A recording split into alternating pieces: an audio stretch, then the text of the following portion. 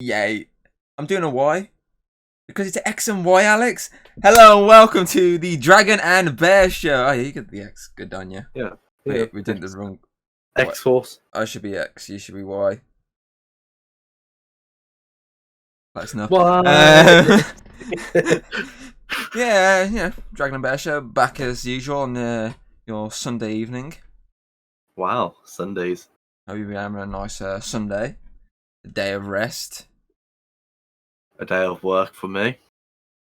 Or yeah, in Alex's case, day of work. And again, it's day of work for me because it's my editing day. Yep. Anyway, today we're kicking off the new generation of Pokemon movies as we take a look at Pokemon the movie, Diance, and the Cocoon of Destruction. Whew. It starts off pretty strong. It does. It was actually, I'm just going to, it's same as the last few movies, released the exact same year, Japan and UK, which is 2014. Yeah, I think this is also the year that they actually started releasing the games at the same time. Without a delayed release. Because X and Y and the games from Japan all came out at the same date, pretty much. Which one did you have? X or Y? I think I had X. I had X. But then I had Y later on in the years. I had X as well. It's like one of my first games I brought on the 3DS, or 2DS technically. Yeah. Yeah, I do agree. It had a really bright start for the fact that it got straight into the title screen. It was like, I literally thought, I was like, oh, is the DVD like fucked up or something? And I was like, no, it's actually instantly giving you the title screen for this movie within the first like 10 seconds. I was like, that's new. That's really new. For It literally did not waste a beat, like, in my opinion. I know, literally, in my opinion, it always felt like something was happening. It never really slowed down. Even when he like had that one scene of shopping, it felt like I love that always part. something happening. It was a bit random, but it worked. It worked for the movie. It literally felt like at every point in the film something was going on.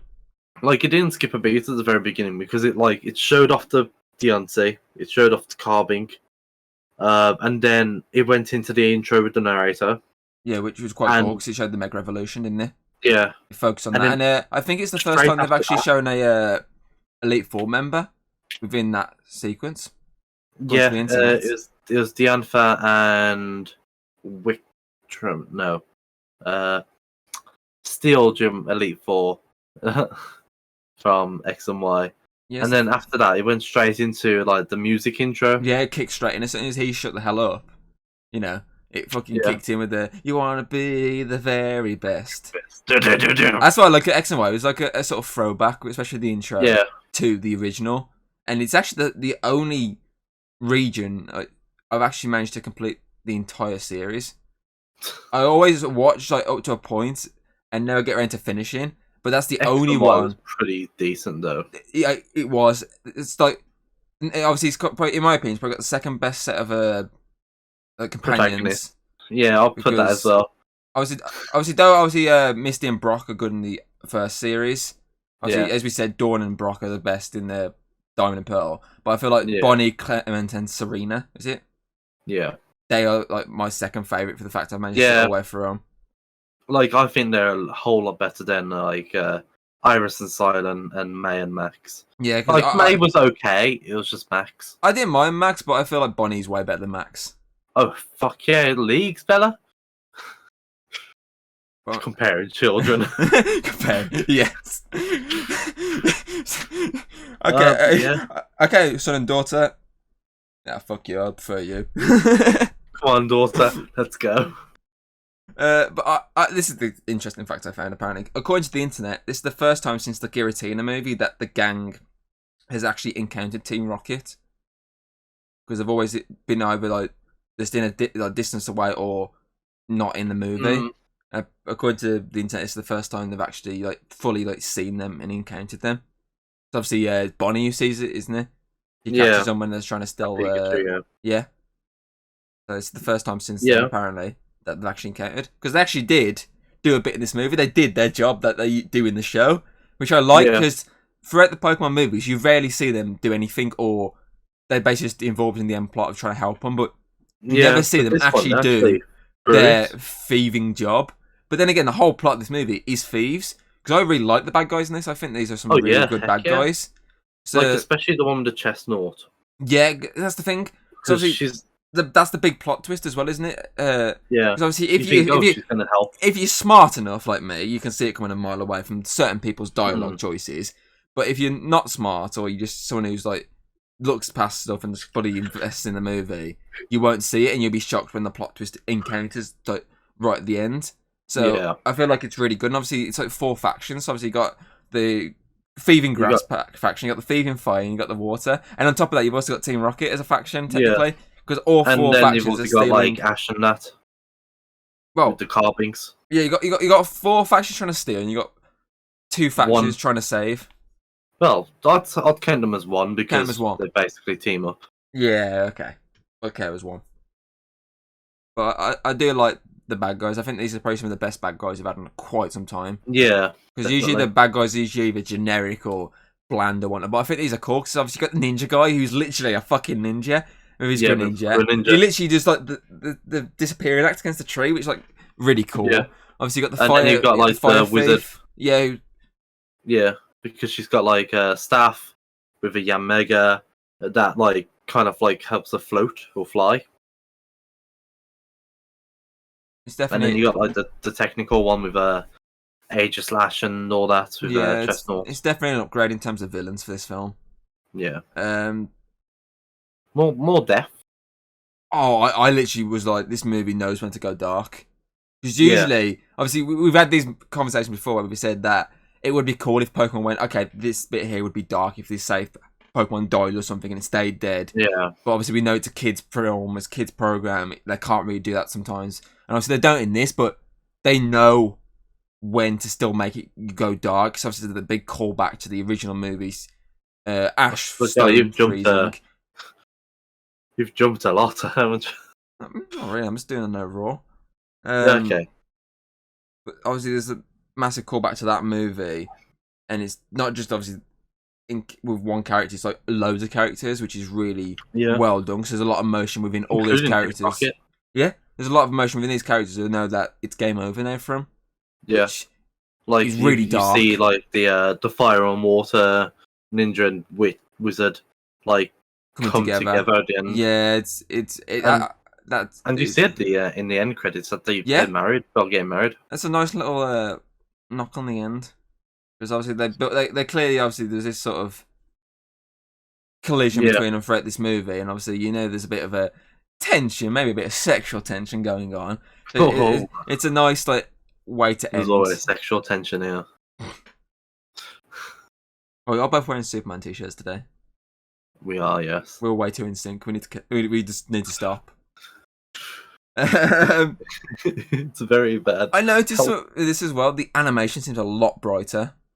Animation is obviously fucking. You always, as we say, every generation always upgrades the animation. They always change it. And Y, it's like it does fully upgrade even more because obviously Black and White kept a lot of the similar sort of animation styles to Diamond and Pearl, but upgraded it a little bit. But this upgraded a lot. I thought it was really bright at times. It was just, I was like, is this film really bright? Yeah, it's not like Black and White was a bit darker, like with the lighting in that. Whereas this one was a bit, it's a lot more happier because you've got, like, it looks really gorgeous. Yeah, definitely. Especially when you see the legendary, especially Xerneas. Fuck yeah. It's like, whoa. And obviously then they know how to turn it dark when Yveltal comes out. They know when to switch it up, which is really well done.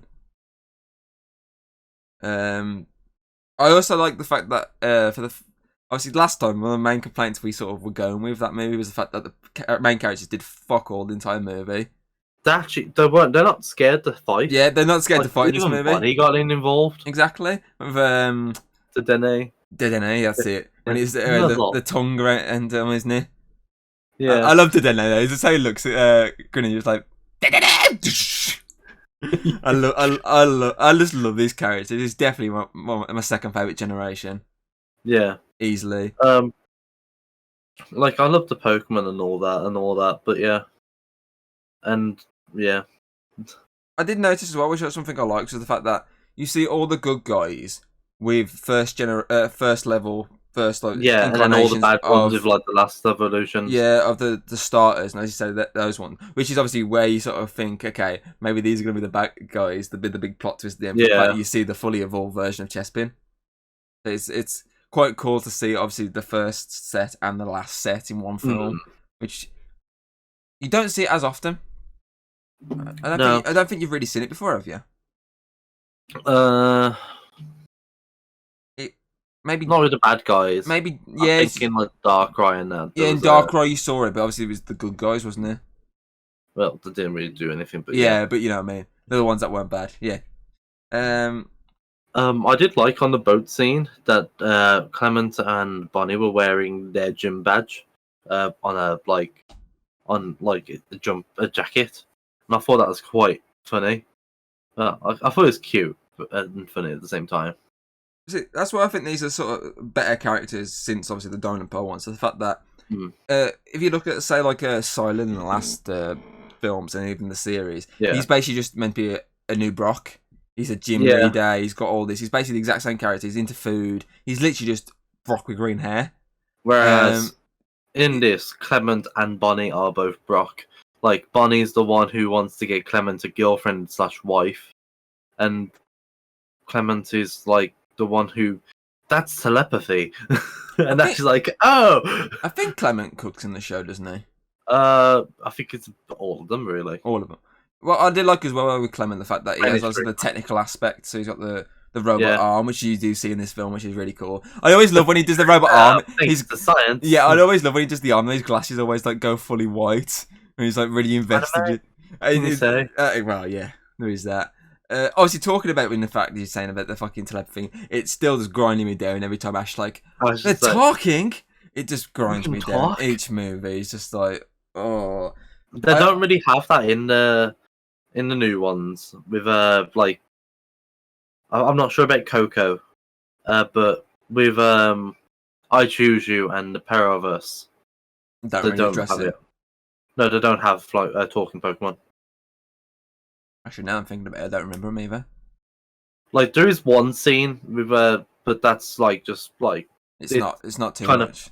It literally gets sort of like just like and that's it because it's not brought up again. Yeah, it's just grinding me down each time, and I'm just getting shocked. I don't mind like the new characters getting shocked for the fact that they're new characters, but it's just Ash getting shocked every fucking movie. Just does my head in. Like Meowth talks. Yeah, exactly. I think that's the argument we've had before. Is that? But there's something else that I fucking kind of annoyed me in this film. When Serena uses a fire type move on a water type Pokemon, she's smarter than that. Come on. She's brand new to battling. Yeah, but she's technically a new trainer. How far in this is this movie in the series though? Well, it's after Fletchend evolves, so it's not too far because she hasn't had the character development where her hair gets So it's probably is right. Yeah, it's quite far in the beginning. So even I'm not an idiot to do that type of attack. I mean, I just use Graveler and say explode. Yeah. You know that cheers James up, right? You know. But whenever he keeps mentioning it. Every time I use Graveler, just explodes.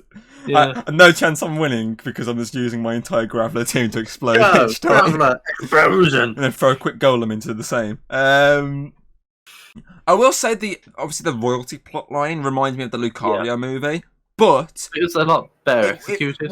I wouldn't say it's better executed. I would say that it's not. It was obviously more of a focus.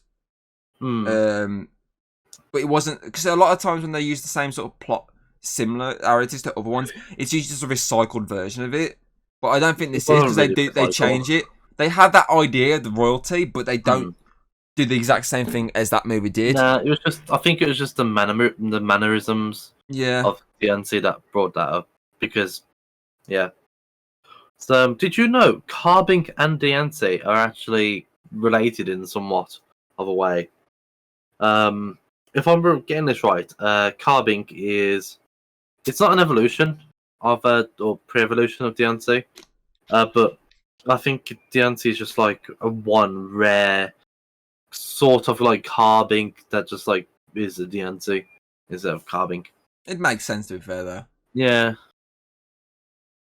I will say, obviously, because I said to you before, and I completely forgot the fact they utilised Mega Revolution in the last battle.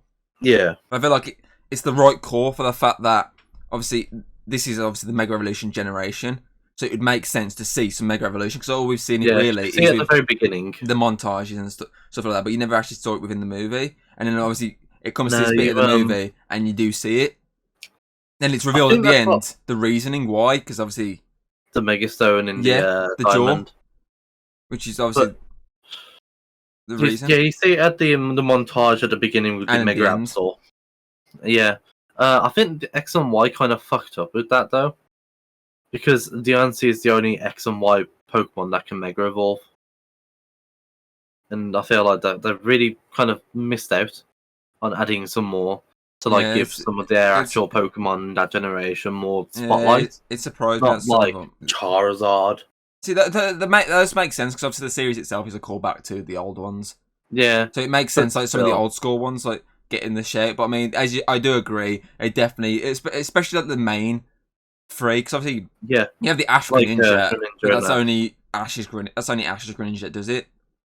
Yeah, or Battle Bond one in the games. Yeah. So I do agree that maybe some of like the other, like the three starters at least should have added some sort of Mega Evolution. Yeah. Heck, even fucking in obviously the new Sword and Shield when they did the Dynamax. Yeah. Even the three starters have their abilities. Obviously, they say it was a DLC after, but yeah. Obviously it was. I remember that. I mean, obviously, I'm pretty certain. Obviously, Charizard had a big form. Yeah. A lot of some of the old ones had big forms, didn't they? Yeah. But obviously they still gave just like the shouts. Are they gonna give it are they gonna give Charmander like Bulbasaur and Squirtle's evolution one? Or are they just gonna keep it as Charizard? Which I think like they would have really fucked up if they did just Charizard. But yeah, after a while after the first DLC came out, they ended up giving like Sabor Scorbunny and one. It made sense because they are the ones of that game, so it makes sense to have them have some sort of Mega Evolution. I mean, Dynamax. Sorry, this is Mega Evolution. Yeah, they didn't fuck up with like just giving it to like the older Pokemon, like Corviknight and all that got one. Yeah, so it was a good. I do agree they missed out not giving some of the ones in this one a shout, but it was nice seeing Diance Mega Evolve. Yeah. What else was it? I obviously this film's an extra 5 minutes on top of the last one we watched. But not bad. Yeah, I think the 5 minutes was just the ending. I know I've read like people reviewing it saying it's too short, but I don't think Pokemon movies need to be this long of a movie. No, it's basically just a special episode. Exactly. Like a normal episode's 20 minutes, and this is like 3. I can understand the reboot ones when obviously being longer because they're trying to reintroduce the generation, trying to get everything going. But I mean, the normal ones they don't need to be long, and I feel like an hour 12 is probably the right amount. Around the hour 15 mark is probably the perfect spot for these movies. Anything longer, it has to be done right, or it's bad. Like the Lucario movie did it right for that length, or the Temple of the Sea one that was that length, but it wasn't great. So it's like hit or miss when you go over the hour 15 mark. An hour 20 at a max. But anything longer, just don't even bother. But this is the right amount of length to get the plot out and everything. I will say one of my things I didn't like. So I like the end, but I like the end sort of fights. Obviously, I think it was just a bit too short with the obviously the villains obviously got involved and everything. They're helping. It was all like this massive like coming together of everyone helping and whatnot. It obviously so the father and daughter one, they're like, oh, that's the kid in Pikachu that saved us. Let's return the favour. Fire fucking missiles, America. I was just like, almost knocked my tin over. I was just like, the missiles are like don't do anything to a Pokemon. What? Like what? There's no scratches or anything. Still fun to watch though. Just like firing like a million fucking missiles at him. But I mean, the thing that annoyed me with that was when obviously Xerneas turns up, like. He just basically looks at Yveltal and they have this sort of mind meld. You don't hear anything, and Yveltal just fucks off. There's no real explanation. I think it's more of the fairy aura that calms Yveltal down. Yeah, I but think that's what I feel they're trying like to get I at. feel like it would have been cool to obviously because we've already seen that Xerneas obviously can talk to other Pokemon with the minds. It would have been cool if we saw that and she basically went, "Look what you've done. Is all what your this destruction worth it?" Yeah, That would have been even cooler. Like even had it like Yveltal attacking Xerneas and Xerneas like defending and whatnot, and then do that yeah. and say, "Look at this. Was all this destruction worth it? All this pain, all this suffering, was all this worth it?" Not just go, "Yeah, can you just fuck off, please?" Okay, bye. That's how my mind sort of pictured that moment. She just looks at you, it's like, "Fuck off," and Elta's like, "Yeah, fuck, I'm off." That's my only annoyance. I thought like that was a bit of a letdown.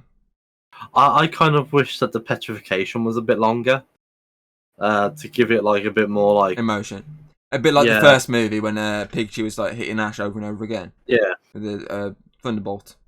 I agree. It definitely was really quick. It could have joked up a few more tears. Like I would have cried at it today, but I already knew it was coming.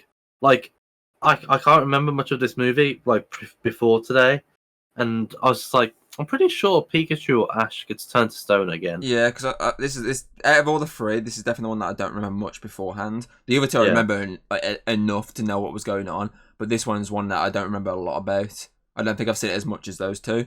Yeah, but I still, but yeah, but I just kind of wish it was longer than the time to drag out the sorrows. I do think that overall it is really. I actually really enjoyed it. I thought it was a really good. enjoyable movie. I think it's better than last week's. And what was last week's? The Mewtwo one. Yeah, definitely. And I think it's a very strong start to this new generation.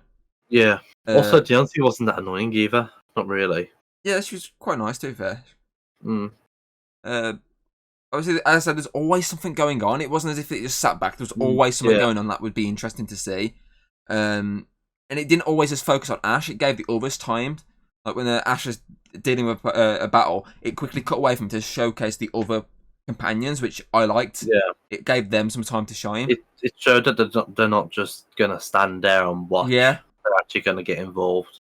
Obviously, I think all the characters introduced within this movie were interesting. Yeah. A lot of times, as I said, you find that they're not very interesting characters, like the bad guys and whatnot. There's like bland and whatnot. But I like these bad guys. I like the companions they brought in. I like all this stuff about this movie. It's a very solid set of characters. Yeah, and I like at the very end that you actually see what happens more in their life after. Yeah. Like you see the father and daughter meeting in like a sweet shop or cake shop. Yeah, I assume it's chocolate, so because he likes his chocolate. Yeah. Which is a reference to Hoenn, because he literally says, I got it from the Hoenn region. There's a nice little back there. And then you got the woman who, I'm assuming she works in like retail. I'd assume that was like a retail place, yeah, and then he came in and was like, yeah, hey. And then the bloke comes in and proposes. Yeah. Talking about retail, I did enjoy the shopping one. I liked that they showed more like outfits and that for like Serena. Like, I some of the outfits, I was like, come on, you've got to wear that one for the rest of the movie now, because they looked really nice. And it was really nice as well because, like, sorry, just bringing it up. Out of it. It wasn't a waste of time. Yeah, it was a way to just like calm the pace a bit, but still do something to keep your eyes attached. Like, okay, what's going on here? And obviously, that was the way to bring back the carbines. Yeah. So it wasn't as a throwaway scene. It was worth something. Yeah, and then you also see the scene where the auntie's just like, yeah, just on the top floor, and you're just like, that doesn't look like hopping. It just looks like she's running. I like as well. As I said, I like the fact that the movie knows when to take it a bit darker. So even with the bright animation, it knows when to put it back and go, "This is sad. Be sad." So I 100% respect that. As I said, I'm just a bit let down on the Yveltal leaving situation. I feel like they could have done a bit more with that ending than they did. But other than that, I do think it's a solid movie, and that just lets it down a little bit for me. I think the music at the end was nice. At first, I wasn't a big fan, but when I was doing my notes, obviously the DVD menu plays the end theme song, and it just kept playing over and over again. And as it kept going through, I think like the fifth or sixth time, it grew on me. I was like, actually, that's quite a nice song. It works for the film, and it's really nice. Yeah, it's a nice song. At first, I was like, it's not really a toe tapper, but then I was like, oh no, that's nice. It's nice and relaxing. Yeah, it's a nice song. I'm just more into more upbeat and like you know. Yeah, that's what was going on with me. I was like, it's not really like toe tapping. It's not really getting me going. And then as I listened to everything, I was like, it's not really getting me going in that sense, but it's getting me going. Oh no, that's nice. It's that's like nice. a cute song instead of like a rocking song. Yeah. But yeah, I say other than the Yveltal ending, I do think it's a really solid movie. Yeah. So I think personally, I'd have to give it a 5 Typhlosions. I feel like that ending just let it down from being any more than it was. Because as we said, no Pokemon movie can get 5, but this could have got a 4.5 if that ending was rock solid, but it wasn't. So it dulled it down to the 4. Sorry. Early mornings, am I right? Midday? I think you need another glass of milk in you. Yeah. I need milk. To be honest, I'm going to agree with you for 4 Slowpokes out of 5. I do kind of wish they brought like more of a tearjerker out, and like left Pikachu like stone for a few more minutes, or like even ever another minute, instead of just like, oh, it's just been turned to stone, back to life. Like yeah. Yeah. My conclusions aren't that good, but yeah, it's a nice movie. 100% agree. So they built that ending up with the showing of how Pikachu got turned. And you're like, okay, it's quite shocking and it's quite sad. And as you say, they're just straight back because and like, oh, okay. You could see when Pikachu got hit. Yeah, because it zoomed in on it. It obviously went back. I mean, before that. Yeah, no, obviously it showed you that, but then it focused even more in that one shot. It was like, this is where it happened. Oh shit! And it's even if it's like a tiny little bit that hit him, still was enough. Exactly. I think it took a bit too long for it to start, compared to like all the other people that got hit by it. But yeah, because everyone else pretty much instantly was. Yeah, I agree, 100%. Okay, that's it for this week. So next week we're moving on to the second of the 3 movies in this generation because they're very short generations now. Hooper and the Clash of Ages. Yeah, you have to put Pokemon the movie in front of it though. Pokemon the movie, Hooper and the Clash of Ages. Now for some reason they started to put Pokemon the movie in front of every single one. I mean, I've had Pokemon the movie in front of all of them anyway. They never usually.